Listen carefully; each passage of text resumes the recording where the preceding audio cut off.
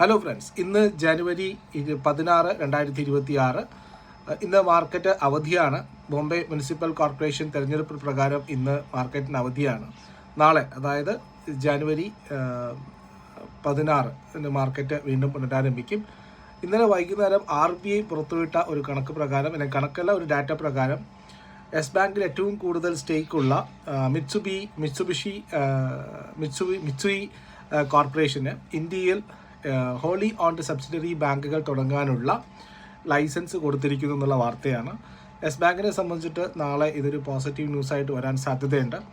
കാരണം യെസ് ബാങ്കിൽ ഇപ്പോൾ ഏറ്റവും വലിയ ഒരു ഓഹരി ഉടമ എന്ന് പറയുന്നത് മിത്സുയി കോർപ്പറേഷനാണ്. 24.3% ഓഹരികൾ കഴിഞ്ഞ വർഷം ഈ കമ്പനിയിൽ യെസ് ബാങ്കിൽ മിത്സുയി കോർപ്പറേഷൻ ഏറ്റെടുത്തിട്ടുണ്ടായിരുന്നു. ഇപ്പോൾ നിലവിൽ മിത്സുയി കോർപ്പറേഷന് ഇന്ത്യയിൽ 4 ബ്രാഞ്ചുകളുണ്ട്. അത് ബ്രാഞ്ച് വഴിയാണ് അവർ ഇന്ത്യയിൽ ബിസിനസ് നടത്തിക്കൊണ്ടിരിക്കുന്നത്. ഡൽഹി, ബോംബെ, അതുപോലെ തന്നെ ചെന്നൈ, ബാംഗ്ലൂരു സ്ഥലങ്ങളിലാണ് അവർക്ക് 4 ബ്രാഞ്ചുകളുള്ളത്. ഈ ഒരു ബ്രാഞ്ച് മോഡിൽ നിന്നും മാറി അവരൊരു ഹോളി ഓൺഡ് സബ്സിഡറി ആയിട്ട് മാറുകയാണ് ചെയ്യുന്നത്.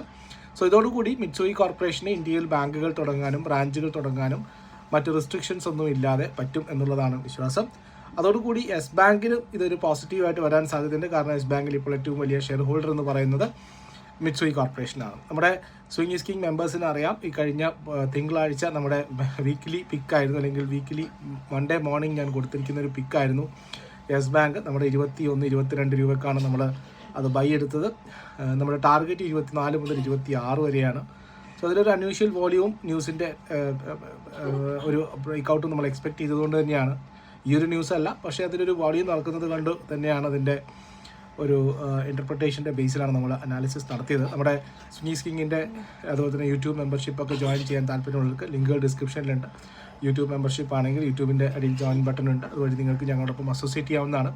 ഇതുപോലുള്ള ഫണ്ടമെൻ്റലി സ്ട്രോങ് ആയിട്ടുള്ള പിക്കുകളാണ് ഇതുവഴി നിങ്ങളുമായിട്ട് ഷെയർ ചെയ്യുന്നത്. യെസ് ബാങ്കിനെ സംബന്ധിച്ച് പറയുകയാണെങ്കിൽ കഴിഞ്ഞ പ്രാവശ്യം അവർ 2026 മാത്രം ഏകദേശം 48ഓളം ബ്രാഞ്ചുകൾ അവർ ഓപ്പൺ ചെയ്തിട്ടുണ്ട്. 80 ബ്രാഞ്ചുകൾ തുറക്കുക എന്നുള്ളതാണ് 2026 ഫിനാൻഷ്യൽ ഇയറിൽ അവരുടെ ലക്ഷ്യം എന്നറിയുന്നു. ഏകദേശം കാസ ഡെപ്പോസിറ്റ് റേഷ്യോയിലെ Q2 പ്രകാരം 13% വർധനവുള്ളൊരു ബാങ്കാണ്. കഴിഞ്ഞ 6 മാസത്തെ കണക്കെടുത്ത് നോക്കുമ്പോൾ റിട്ടേൺ ഓൺ അസറ്റിൽ 0.7% ഇൻക്രീസ് വന്നിട്ടുണ്ട്.